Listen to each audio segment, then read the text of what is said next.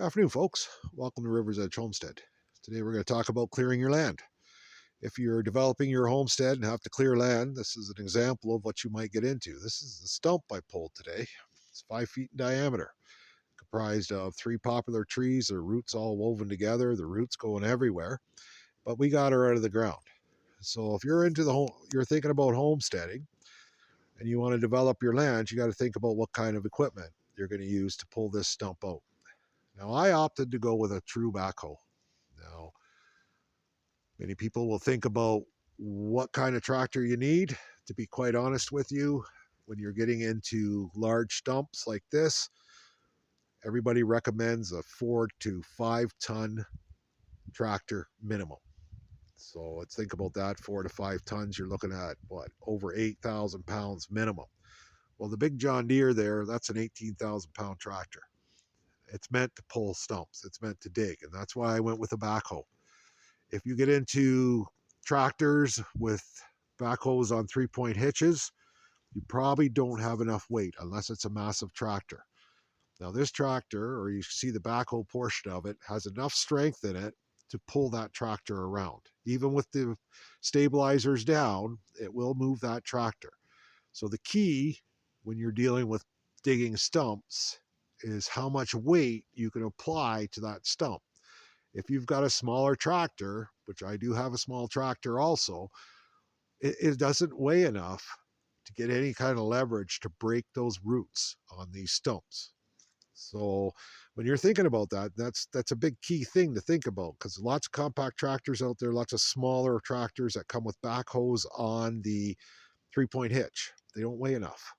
You will find you're struggling with it to get any sort of leverage to break the big roots. So you'll end up digging, cutting with an axe or a chainsaw, cutting the roots, and then getting it out. And trying to lift a stump of this magnitude, even my big backhoe groaned. So the other thing to consider when you're looking at these backhoes, now that's an old used one, is the price I paid for a backhoe. If you go and you price a brand new little compact tractor with a backhoe attachment, I believe the smallest ones start at $40,000.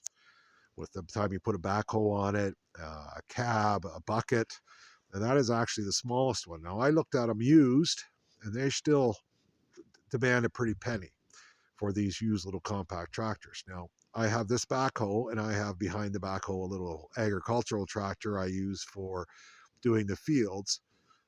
Buying both of those was cheaper than buying a compact tractor.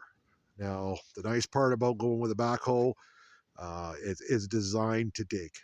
These tractors, when you put a backhoe on a 3-point hitch on a tractor, it's not designed for that. A tractor is designed to pull, and it's designed to lift with a front end loader, but it's not designed for the stresses of a backhoe. So you have to put a subframe on the tractor if it's a small tractor to put a backhoe on the 3-point hitch. Again, you won't have enough weight to get any sort of leverage. It'll pull your tractor all over the place. A backhoe is designed for earth moving. That's what it does for a living. The backhoe is integrated into the tractor. The tractor has all the strengthening required to move that backhoe to manage the stresses put onto it from the backhoe. The drawback of going with a backhoe is it is not an agricultural tractor. It is not meant to do plowing. It is not meant to do field work. The backhoe is on the tractor. If you manage to take it off and it weighs a lot of weight, there is no 3-point hitch mechanism to run any sort of field implement. So that is the drawback. And that is, if you want to do land clearing and you have some field work, you're going to end up like me with 2 different tractors. However, once your land clearing is done, these old backhoes are easy to sell. Everybody wants them. A lot of people just kind of have them around. And if you try to buy one, you'll find out just how quickly and how difficult they are to get your hands on. Especially the pre-electric ones or electronic ones. These are all mechanical. The valve banks are mechanical. Everything is mechanical, so they're easy to fix. A little bit of knowledge on a diesel engine, a little bit of knowledge of hydraulics, and you can keep these things running. Anyway, that is my input on what I use around my homestead, and hopefully it sheds some light on what possibly you'll need around your homestead. And you have a good afternoon, and this is River's Edge Homestead.